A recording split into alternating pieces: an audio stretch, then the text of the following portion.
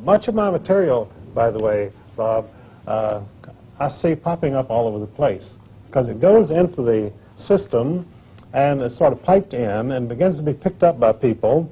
For instance, columnists like Pat Buchanan and James Kilpatrick, every once in a while they'll pick up something of mine. Pat Buchanan had a column not long ago in which he denounced the Trotskyite wing, the neoconservatives of the Republican Party, which I had been speaking about publicly for about 5 years, and so, which I describe in my book, The Rape of Justice. I give you the whole story about that takeover.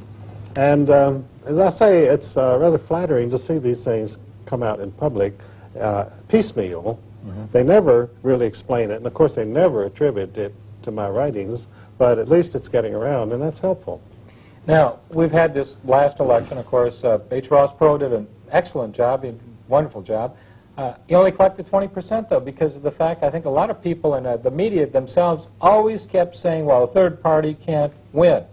And yet we've had a two-party system in this country, but some people say it's just one party. It's the Democrat wing of the Communist Party or the Republican wing of the Communist Party. Could you explain that? Could that be true at all? Well, it's been true since 1933. You see, you had a man in a wheelchair running for governor of New York named Franklin D. Roosevelt, Delano Roosevelt, and he was the grandson of the most successful opium dealer in Hong Kong named Warren Delano. And, you know, the myth about the great fortunes of this country is that these were hard-working people who saved their money and built important businesses. The fact is, most of the old family money in this country came from dealing in drugs and dealing in slaves, the slave trade and the world opium trade. And of course the Delano Roosevelts. Well, we've become the slaves now, but they're still dealing in slaves. Well, what has happened in this country and over the world is we have reverted, through the world order, we've reverted to the Middle Ages. We have a feudal system now in which you might say futile system because of the way it works, but it's a feudal system in which you have the serfs and you have the lords in the castle, and that's it. And there's not to be anything in between.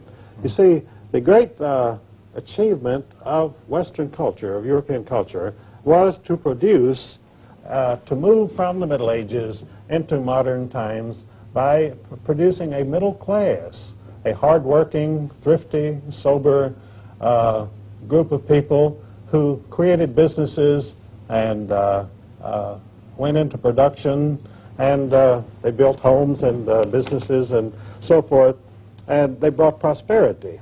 But you see, when you're very rich, you don't like to see prosperity. I mean, what's the good of having money when everybody else has money, you see?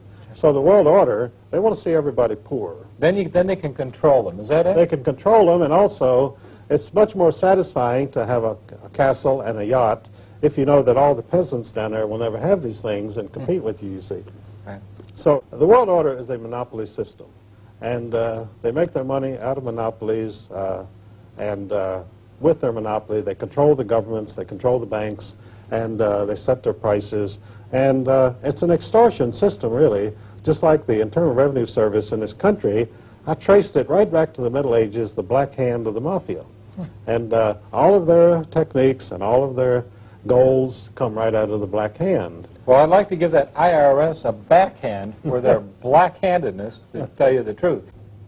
How do we turn this around? If they allegedly have the power, and money is power, Eustace, and a lot of people say they've got all the money, you know, they have control of the government, they have control of the Republican Party, Democrat parties, they have the bureaucracy. Well, how do you fight a little bit of strength like that? Well, I have to disagree with you there, Bobby Lee. Money is not power. Knowledge is power. Okay. And unfortunately for the world order people, information is catching up with them. You have channels of mass communication. In fact, if we were to get on national television with 30 minutes of what we're talking about today, you would have a revolution in this country. They can only survive by desperate defensive measures, by keeping us from reaching the American people with the truth. And of course, we're fighting to despite of. And that's been what my 50-year career has been, to bring the knowledge that I have and that Ezra Pound imparted to me almost 50 years ago to the American people. And, of course, the reason you had this great turnout in this particular election that just passed was the American people knew something was wrong, and some of this material was leaking out. You know, I've circulated over 1 million books and over 1,000 articles in the past 50 years. And the information is getting there. Even though, to the national media, I still do not exist. I'm a non-person. And that's one of the things that they try to do, Eustace, isn't it? I mean, it's they either smear people or they don't allow them to be able to present their knowledge. There's so many different ways, techniques that they have that are certainly un-American. Well, the publishing industry in this country is totally owned. In fact, one of the biggest influences in the publishing industry in this country is the Central Intelligence Agency. They commission and have written and publish and circulate around 200 books of political propaganda a year, which makes the CIA the biggest publisher in the United States, secretly.